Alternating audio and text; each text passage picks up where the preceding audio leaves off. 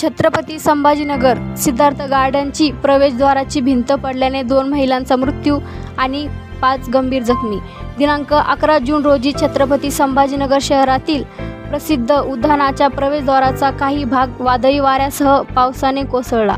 या उद्यानात वाघासह इतर प्राणी आणि मुलांना खेळण्यासाठी जागा असल्याने नेहमी वर्दळ असते। इमारतीचा काही भाग पडल्याने नागरिकांच्या अंगावर पडल्यामुळे 2 महिलांचा मृत्यू आणि 5 गंभीर जखमी झाल्याची प्राथमिक माहिती मिळते आणि 1 महिला गंभीर असल्याचीही देखील माहिती मिळते। काहीच वर्षांपूर्वी बांधलेल्या प्रवेशद्वाराचा बांधकामाबद्दल प्रश्न उभा राहतो।